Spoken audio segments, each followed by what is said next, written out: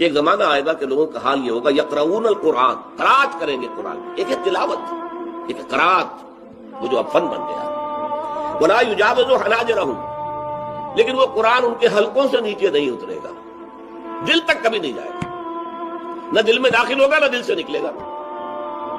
यमरकून मिन अद्दीन मरूक अस्सहम मिन रमिया, वो दीन से ऐसे निकल जाएंगे जैसे कि तीर कमान से निकल जाता है। ये है फनकारी, फनकार। जैसे गवैये फनकार है, ऐसे ही इसको भी एक फन बना दिया। ये इस्लाम में पसंदीदा नहीं है। फिर कुरान मजीद की तिलावत करना, एक ऐसा शख्स जो सूदी कारोबार कर रहा है, कुरान पढ़ रहा है, साफ फरमा दिया गया तिरमिज़ी की रिवायत है हज़रत सुहैब रूमी से, मा आमना बिल कुरान मन इस्तहल्ल महारिमाहु, जिस शख्स ने कुरान की हराम करदा चीजों को अपने लिए हलाल ठहरा लिया हो, उसका कुरान पर कोई ईमान ही नहीं।